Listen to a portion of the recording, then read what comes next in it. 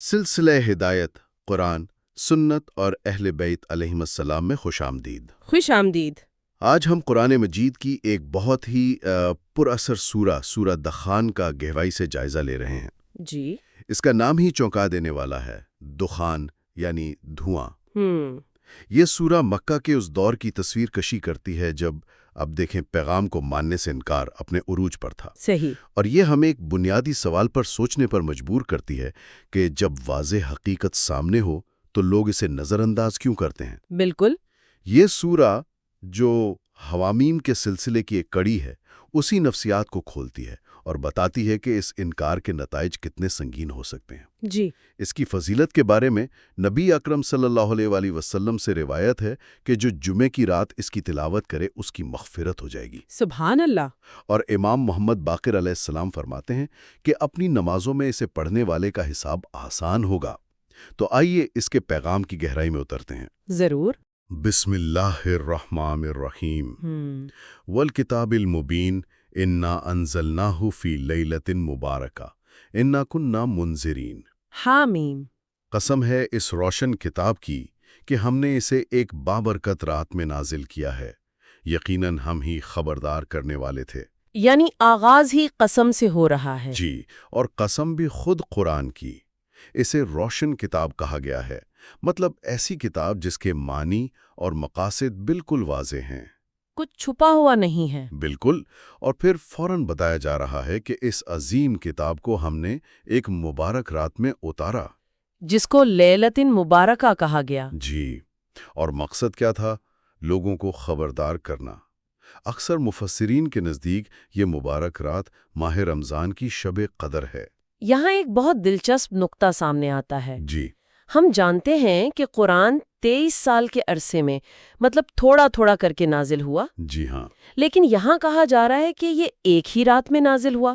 یہ بظاہر تضاد لگتا ہے، اس کی کیا حکمت ہے؟ بالکل، بہت اچھا سوال ہے، اور مفسرین نے اس کی بہت خوبصورت وضاحت کی ہے۔ اچھا۔ وہ قرآن کے دو طرح کے نزول کا ذکر کرتے ہیں۔ ایک ہے نزول دفعی، یعنی ایک ہی مرتبہ میں؟ جی، ایک ہی مرتبہ میں مکمل قرآن کا نازل ہونا۔ یہ نزول شب قدر میں پیغمبر اکرم صلی اللہ علیہ وآلہ وسلم کے قلب مبارک پر، یا بعض روایات کے مطابق بیت المعمور پر ہوا۔ بیت المعمور؟ جو آسمانوں پر فرشتوں کی عبادت گاہ ہے۔ بالکل۔ اور دوسرا ہے نزول تدریجی، یعنی حالات و واقعات کے مطابق 23 سال تک اس کا آہستہ آہستہ نازل ہونا۔ قرآن میں جہاں ایک ساتھ اتارنے کا ذکر ہے وہاں انزال کا لفظ استعمال ہوا ہے، اور جہاں بتدریج اتارنے کی بات ہے وہاں تنزیل ہے۔ تو گویا پورا منصوبہ، پورا بلو پرنٹ ایک ہی بار میں دے دیا گیا، جی، اور پھر اس کی تعمیر آپ کہہ لیں حالات کے مطابق 23 سال میں ٹکڑوں میں ہوتی رہی۔ بالکل درست۔ اس سے قرآن کو ایک طرف تو ایک آفاقی اور مکمل حیثیت ملتی ہے، اور دوسری طرف یہ عملی طور پر انسانوں کی زندگی سے جڑا رہتا ہے۔ بہت خوبصورت نقطہ۔ اور یہ مبارک رات صرف قرآن کے نزول کی وجہ سے ہی خاص نہیں، بلکہ اگلی آیات اس کی مزید اہمیت واضح کرتی ہیں۔ جی۔ فیہا یفرق کل امر حکیم امرا من عندنا انا کننا مرسلین رحمتا من ربک انہ ھو السمیع العلیم۔ اسی رات میں ہر حکمت بھرے معاملے کا فیصلہ کیا جاتا ہے۔ یہ ایک امر ہے جو ہماری طرف سے صادر ہوتا ہے، اور ہم ہی رسول بھیجنے والے ہیں۔ یہ سب آپ کے رب کی طرف سے رحمت ہے۔ یعنی یہ تقدیر ساز رات ہے۔ جی بالکل، جس میں سال بھر کے تمام حکمت بھرے فیصلے کیے جاتے ہیں، اور یہ سب اللہ کی رحمت کا حصہ ہے کہ اس نے انسانوں کو بے یار و مددگار نہیں چھوڑا۔ کتاب بھیجی، رسول بھیجے، اور ان کی تقدیر کے فیصلے بھی کیے۔ اور پھر فوراً توحید کی دلیل دی جاتی ہے۔ جی۔ یحیی و یمیت ربکم و رب آبائکم الاولین۔ یعنی جس ہستی کے ہاتھ میں کائنات کا نظام، زندگی، موت اور تقدیر کے فیصلے ہیں، عبادت بھی صرف اسی کا حق ہے۔ بالکل۔ ان واضح دلائل کے بعد سورہ فوراً ان لوگوں کی طرف رخ کرتی ہے جو انہیں رد کر رہے تھے، اور ان کے رویے کو ایک ہی جملے میں بیان کر دیا گیا ہے، بل ہم فی شک یلعبون۔ لیکن یہ لوگ شک میں پڑے کھیل رہے ہیں۔ جی۔ یہ جملہ بہت گہرا ہے۔ شک میں پڑے کھیل رہے ہیں، یہ صرف لا علمی یا انکار نہیں ہے، بلکہ ایک غیر سنجیدگی ہے۔ جی، حقیقت کو سنجیدگی سے نہ لینے کا رویہ ہے۔ جیسے کوئی بچہ خطرناک چیز سے کھیل رہا ہو اور اسے اس کی سنجیدگی کا احساس ہی نہ ہو۔ بالکل یہی بات ہے۔ اور اسی غیر سنجیدگی کے جواب میں انہیں ایک ایسی حقیقت سے ڈرایا جا رہا ہے جو ان کے وہم و گمان میں بھی نہیں تھی۔ اچھا؟ فارتقب یومتا تسما و بدخان مبین یخش الناس ھذا عذاب علیم۔ پس آپ اس دن کا انتظار کریں جب آسمان ایک واضح دھواں لے کر آئے گا جو لوگوں کو گھیر لے گا۔ یہ ایک دردناک عذاب ہوگا۔ تو یہ دھواں کیا ہے؟ کیا یہ کوئی حقیقی دھواں ہے یا اس کا کوئی علامتی مطلب ہے؟ یہ بہت پراسرار اور خوفناک تصویر ہے۔ مفسرین نے اس کی دو بڑی تشریحات کی ہیں۔ جی۔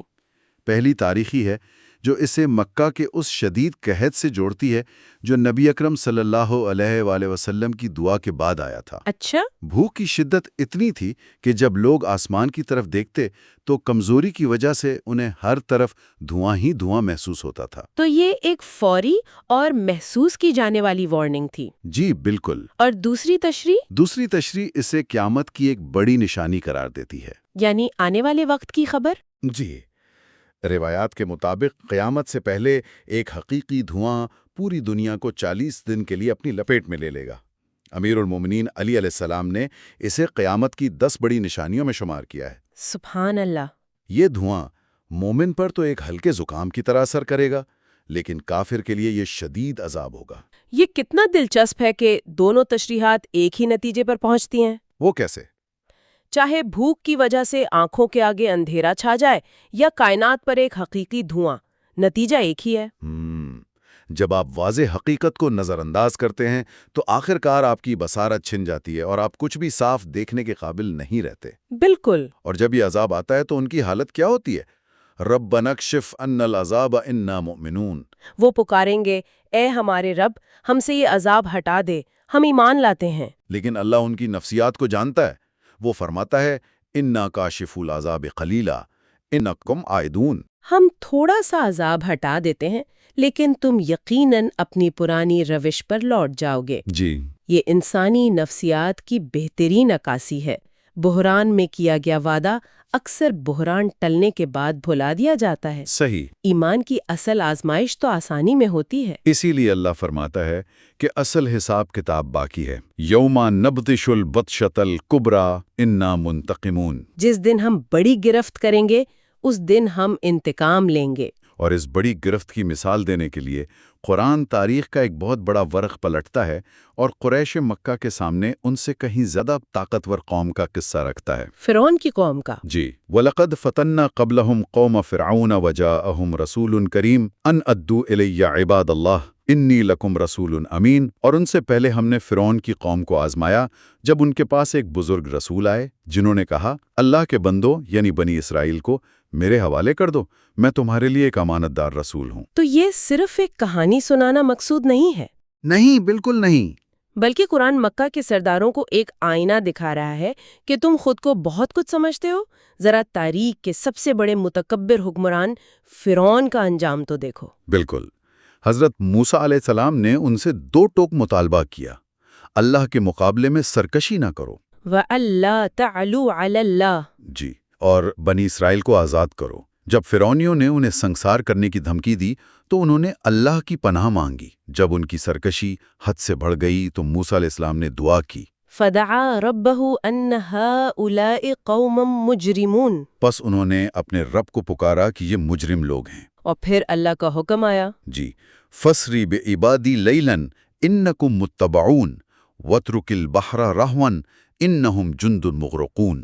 میرے بندوں کو لے کر رات کو نکل پڑو، یقیناً تمہارا پیچھا کیا جائے گا، اور سمندر کو اسی طرح شگافتہ چھوڑ دیں، بے شک یہ لشکر غرق ہونے والا ہے۔ یعنی سمندر میں راستہ بنایا اور پھر اسے کھلا ہی چھوڑنے کا حکم دیا۔ جی، تاکہ فرعون اور اس کا لشکر دھوکے میں آ کر اس میں داخل ہو اور غرق ہو جائے۔ اور ان کے غرق ہونے کے بعد جو منظر کشی کی گئی ہے وہ کمال کی ہے۔ جی کم ترکو من جنات وعیون وزروع ومقام کریم، وہ کتنے ہی باغات، چشمے، کھیتیاں اور عالی شان محلات پیچھے چھوڑ گئے۔ اور پھر وہ آیت آتی ہے جو ان کی پوری طاقت اور شان و شوکت کو صفر کر دیتی ہے۔ کون سی؟ فما بکت علیہم السماء والارض وما كانوا منظرین۔ بس ان کی ہلاکت پر نہ آسمان رویا نہ زمین اور نہ انہیں مہلت دی گئی۔ جی یہ آیت یہ تو شاعری کی انتہا ہے۔ بالکل بالکل۔ یہ ان کی کائناتی بے وقیتی کو ظاہر کرتی ہے۔ وہ زمین پر خود کو سب کچھ سمجھتے تھے، لیکن کائنات کے وسیع نظام میں ان کا مٹ جانا اتنا غیر اہم تھا کہ کسی نے نوٹس تک نہیں لیا۔ اور اس کے بالکل برعکس روایات میں ملتا ہے کہ جب اللہ کے نیک بندے شہید ہوتے ہیں تو کائنات ان کا سوگ بناتی ہے، جیسے حضرت یحییٰ علیہ السلام اور خاص طور پر امام حسین علیہ السلام کی شہادت پر 40 دن تک آسمان خون کے آنسو روتا رہا، جو طلوع و غروب کے وقت سرخی کی صورت میں ظاہر ہوتا تھا۔ یہ تقابل ظالم اور مظلوم کی حقیقی حیثیت کو واضح کرتا ہے۔ جی، اس تاریخی مثال کے بعد گفتگو دوبارہ مشرکین مکہ کے مرکزی عقیدے یعنی انکار آخرت کی طرف لوٹتی ہے۔ ان هؤلاء ليقولون ان هي الا موتتنا الاولى وما نحن بمنشرين فاتوا بآبائنا ان كنتم صادقين۔ یہ لوگ کہتے ہیں کہ بس ہماری پہلی موت ہی ہے اور ہم دوبارہ نہیں اٹھائے جائیں گے، اور پھر چیلنج کرتے ہیں کہ اگر تم سچے ہو تو ہمارے باپ دادا کو زندہ کر کے لے آؤ۔ ان کا استدلال کتنا مادی ہے۔ وہ ایسی دلیل مانگ رہے ہیں جسے وہ فوراً اپنی آنکھوں سے دیکھ سکیں۔ جی، ان کے اندر غیب پر ایمان لانے کی صلاحیت ہی نہیں، جو تکبر کی ایک اور علامت ہے۔ اللہ ان کے اس تکبر کا جواب ایک اور تاریخی مثال سے دیتا ہے۔ اچھا، اہن خیر ام قوم تبع، کیا یہ بہتر ہیں یا تبع کی قوم؟ تبع یمن کے بادشاہوں کا لقب تھا۔ جی، اور روایات کے مطابق جس تبع کا ذکر قرآن میں ہے وہ خود تو مومن تھا، لیکن اس کی قوم نے سرکشی کی، جس کی وجہ سے وہ ہلاک ہوئی۔ بالکل، پیغام صاف ہے، تم ان سے بہتر نہیں ہو، اگر وہ اپنے جرائم کی وجہ سے پکڑے گئے تو تم بھی بچ نہیں سکتے۔ صحیح۔ اور پھر کائنات کی تخلیق کے مقصد کو بیان کر کے آخرت کی دلیل دی جاتی ہے۔ جی، وما خلقنا السماوات والارض وما بینہما لاعبین ما خلقناہما الا بالحق۔ ہم نے آسمانوں اور زمین کو کھیل تماشے میں نہیں بنایا، ہم نے انہیں حق کے ساتھ بنایا ہے۔ اگر مرنے کے بعد کوئی زندگی، کوئی حساب کتاب نہیں ہے تو پھر یہ ساری کائنات ایک بے مقصد کھیل ہے۔ لیکن اس کی تخلیق حق کے ساتھ ہوئی ہے، جس کا تقاضا ہے کہ نیکی اور بدی کا انجام ایک جیسا نہ ہو۔ بالکل۔ اور اسی لیے ایک یوم الفصل یعنی فیصلے کا دن ضروری ہے، جہاں حق اور باطل کو الگ کیا جائے گا۔ ڈی۔ اس کے بعد جہنم اور جنت کا جو تقابلی ذکر آتا ہے وہ اس سورہ کا کلائمیکس ہے۔ بالکل، آئیے پہلے جہنم کا بیان دیکھتے ہیں۔ ان شجرۃ الزقوم طعام الاثیم کالمہل یغلی فی البطون۔ بے شک زقوم کا درخت گناہ گاروں کا کھانا ہوگا جو پگھلے ہوئے تانبے کی طرح پیٹوں میں کھولے گا۔ انہیں ذلت کے ساتھ جہنم کے بیچوں بیچ گھسیٹا جائے گا اور ان کے سروں پر کھولتا ہوا پانی انڈیلا جائے گا۔ لیکن سب سے زیادہ تکلیف دہ چیز جسمانی عذاب نہیں لگتی، وہ نفسیاتی تانا ہے جو اگلی آیت میں ہے۔ وہی اس عذاب کی روح ہے۔ ذق انک انت العزیز الکریم۔ چکھو، تو بڑا طاقتور اور معزز تھا۔ جی، یہ ابو جہل جیسے سرداروں کی طرف اشارہ ہے جو دنیا میں اپنی عزت اور طاقت پر غرور کرتے تھے۔ یہ صرف جسمانی اذیت نہیں، نہیں، یہ ان کے غرور اور ان کی پوری شخصیت کی مکمل تباہی ہے۔ بالکل۔ جس شناخت پر انہیں ناز تھا اسی کو ان کے خلاف بطور ہتھیار استعمال کیا جا رہا ہے۔ یہ واقعی روح کو دہلا دینے والا تصور ہے۔ اور پھر اس کے مقابلے میں جنت کی تصویر میں جو چیز سب سے نمایاں ہے وہ صرف نعمتیں نہیں بلکہ ایک احساس ہے۔ آپ نے بالکل صحیح پکڑا۔ ان المتقین فی مقام امین۔ بے شک پرہیزگار امن کی جگہ میں ہوں گے۔ باغ ہوں گے، چشمے ہوں گے، ریشمی لباس ہوں گے، پاکیزہ ساتھی ہوں گے، ہر طرح کے پھل ہوں گے، لیکن ان سب نعمتوں کی بنیاد ایک لفظ پر ہے، امین۔ یعنی امن اور سلامتی والی جگہ۔ جی، اور یہ سلامتی ہر طرح کی ہے۔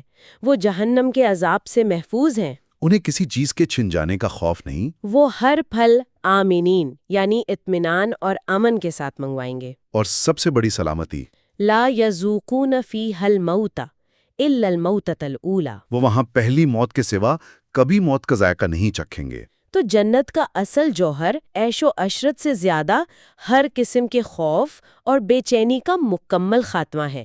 یہ حتمی ذہنی اور روحانی سکون ہے۔ اور اسی کو اللہ نے فوز عظیم یعنی سب سے بڑی کامیابی قرار دیا ہے۔ فضلا من ربک ذالک هو الفوز العظیم، یہ تیرے رب کا فضل ہے اور یہی سب سے بڑی کامیابی ہے۔ جی، سورہ کا اختتام دوبارہ قرآن کی عظمت اور ایک آخری فیصلہ کن بات پر ہوتا ہے۔ فَإِنَّمَا يَسَّرْنَاهُ بِلِسَانِكَ لَعَلَّهُمْ يَتَذَكَّرُونَ، بس ہم نے اس قرآن کو آپ کی زبان میں آسان کر دیا ہے تاکہ وہ نصیحت حاصل کریں۔ اتنی گہری اور عظیم کتاب کو عربی زبان میں اس لیے آسان بنا دیا گیا تاکہ لوگ سمجھ سکیں۔ گویا اللہ کی طرف سے حجت تمام کر دی گئی، کوئی یہ بہانہ نہیں کر سکتا کہ بات سمجھ نہیں آئی۔ بالکل، اور جب حجت تمام ہو جائے تو پھر صرف انتظار باقی رہتا ہے۔ فرتقب انہم مرتقبون، بس آپ بھی انتظار کریں اور وہ بھی انتظار کر رہے ہیں، آپ اللہ کی مدد اور فتح کا انتظار کریں۔ اور وہ اپنی شکست اور عذاب کا۔ یہ ایک پرسکون مگر انتہائی پرعزم اعلان ہے کہ حق اور باطل کا فیصلہ ہو کر رہے گا۔ آخری آیت انتظار پر ختم ہوتی ہے۔ ایک مومن کے لیے اس انتظار کا کیا مطلب ہے؟ جی، یہ ہاتھ پر ہاتھ دھرے بیٹھنا نہیں ہے، بلکہ یہ ایک فعال اور پر اعتماد کیفیت ہے۔ صحیح۔ یہ اس یقین کا نام ہے کہ جب آپ اس روشن کتاب سے حاصل ہونے والے حق پر مضبوطی سے قائم ہوں تو پھر آپ بے چینی میں نہیں بلکہ پورے سکون کے ساتھ اللہ کے وعدے کے پورے ہونے کا انتظار کرتے ہیں، چاہے باقی پوری دنیا شک کے دھوئیں میں ہی کیوں نہ کھیل رہی ہو۔ جی، یہ وہ سوال ہے جو یہ سورہ ہر سننے والے کے لیے چھوڑ جاتی ہے کہ ہمارا شمار انتظار کرنے والوں کے کس گروہ میں ہے۔